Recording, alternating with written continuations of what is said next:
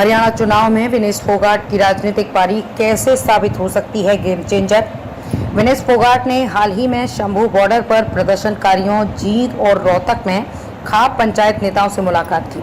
27 अगस्त को जींद में आयोजित एक कार्यक्रम में विनेश ने कहा कि वो राजनीति में प्रवेश को लेकर दबाव में है, लेकिन कोई भी निर्णय लेने से पहले वो अपने बुजुर्गों से सलाह लेंगी।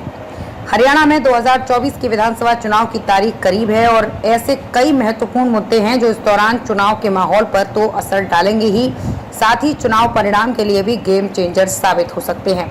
इनमें मौजूदा सरकार के खिलाफ विरोधी भावना, किसानों और पहलवानों के आंदोलन, सरकारी कर्मचारियों का असंतोष और जाट समुदाय की प्रमुख भूमिका है।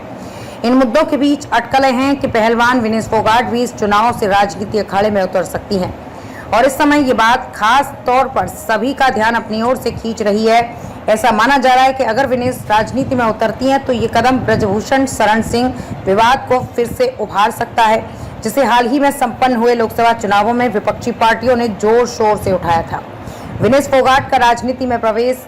विनेश फोगाट ने हाल ही में शंभू बॉर्डर पर प्रदर्शनकारियों जींद और रोहतक में खाप पंचायत नेताओं से मुलाकात की। 27 अगस्त को जींद में आयोजित एक कार्यक्रम में विनेश ने कहा कि वो राजनीति में प्रवेश को लेकर दबाव में हैं, लेकिन कोई भी निर्णय लेने से पहले वो अपने बुजुर्गों से सलाह लेंगी। उन्होंने कहा, राजनीति में जाने का दबाव है, लेकिन मैं अपने बुजुर्गों से सलाह लूंगी।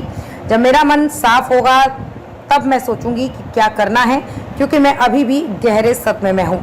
राजनीतिक रूप से सक्रिय रहा है विनेश फोगाट का परिवार। विनेश फोगाट का परिवार राजनीतिक रूप से सक्रिय रहा है। उनकी चचेरी बहन बबीता फोगाट ने 2019 के विधानसभा चुनाव में भारतीय जनता पार्टी के टिकट पर दादरी सीट से चुनाव लड़ा था।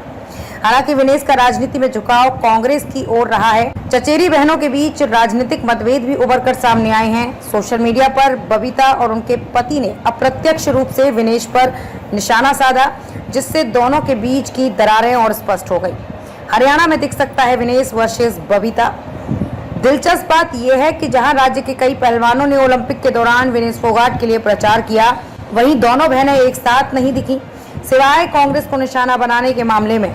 जब विनेश ने तत्कालीन WFI प्रमुख ब्रजभूषण शरण सिंह के खिलाफ यौन उत्पीड़न के आरोपों के विरोध में सक्रिय रूप से भाग लिया, तब बबीता ने आरोप लगाया कि पहलवानों को कांग्रेस नेताओं के इशारे पर संगठित किया गया था।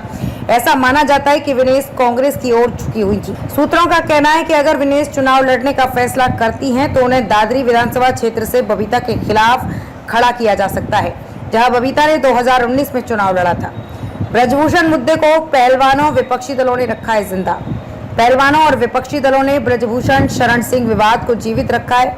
अधिकांश पहलवानों, जिनमें साक्षी मलिक, विनेश फोगाट और बजरंग पूनिया शामिल हैं, ने ब्रजभूषण शरण सिंह के खिलाफ विरोध प्रदर्शन में भाग लिया था। बजरंग पूनिया ने तो अपना पद्मश्री भी विरोध के प्रतीक के रूप में वापस कर दिया। इसने लोकसभा चुनावों को और भी प्रभावित किया और इसे हरियाणा विधानसभा चुनावों में एक चुनावी मुद्दा बनाया जा रहा है।